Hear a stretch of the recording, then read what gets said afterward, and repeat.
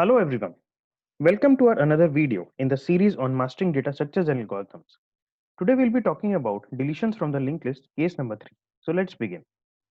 I'm Dr. Prashant K. Gupta. This is a link to my website. It contains lots of good materials including the lecture PPTs, the links to the explanation videos, as well as the C programming codes. I advise you to please visit this website. You'll enjoy it. Let's begin. So today we'll be talking about deletions from the circular linked list based on the data item value or the key value.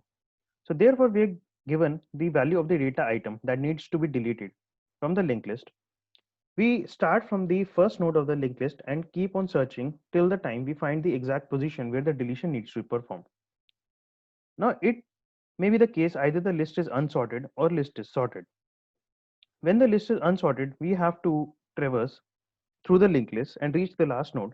If we have some information that our list is sorted, then we may be able to save some of the iterations of our program. So let's begin with case number 3a, that is deletion based on the data item value, and our list is unsorted.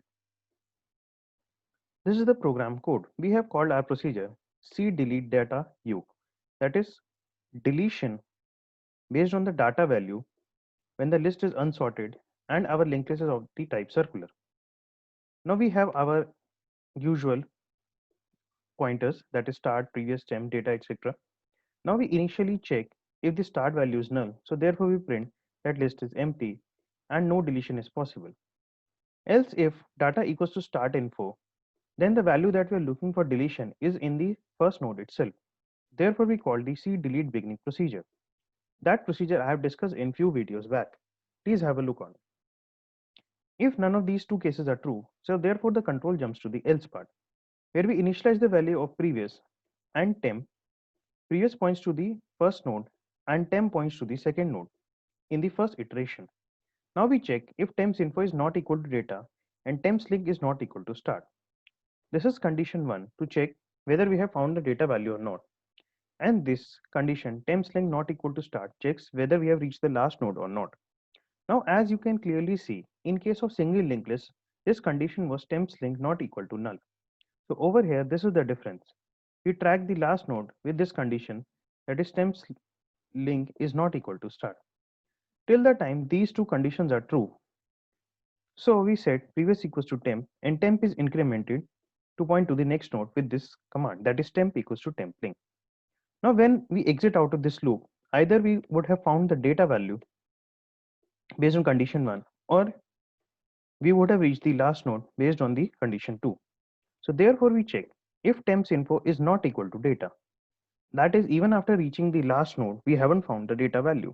So therefore we print that data has not been found. If this is not the case and we have found the data, so therefore we go for the adjustment of the pointers.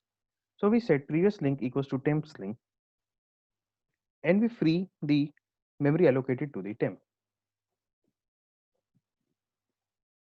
Use of this instruction is in the fact that it causes the previous to get the value into its link part as the value of the successor of the temp by this assignment.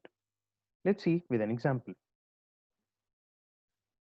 Let's say we are given this linked list from which we have to delete a data value and the data value to be deleted is 3. So as you can clearly see, this linked list is not sorted because this is the data value 2, this is data value 22, and now this is data value 3, which is less than both 22 and 44. And arbitrary order exists in the linked list. So let's see.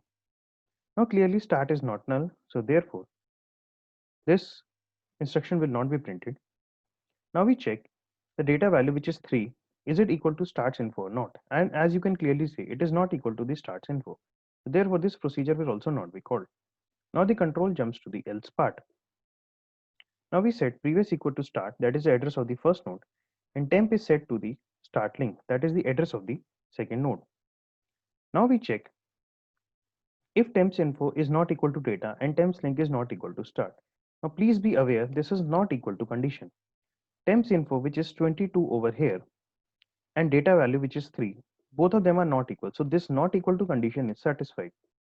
And temp points to the address of the second node that also has a next node after it, so therefore temps link is not equal to start as it is also the last node. Therefore both these conditions are true, So these statements within the while loop will be executed. So we set previous equal to temp. Now you can see previous, which earlier pointed to the first node, now starts pointing to the second node, which earlier pointed over here.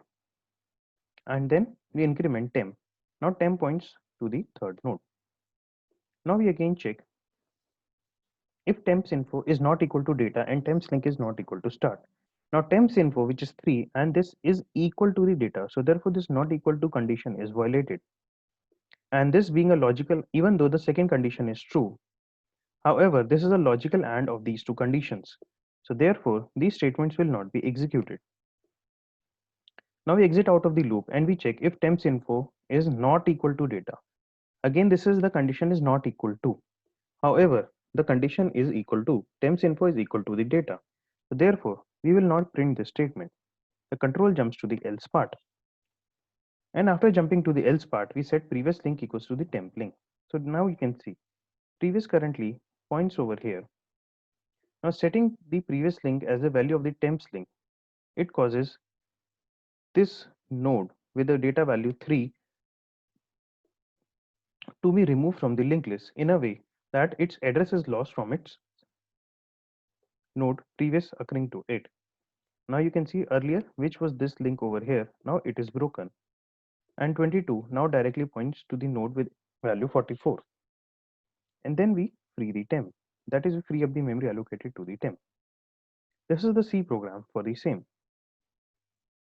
These are the structure declarations, these are the header files, these are the usual node declaration as well as the data type declarations. We prompt the user to provide the value of the data to be deleted. Now we check if start is null. So then we will be printing the message that list is empty.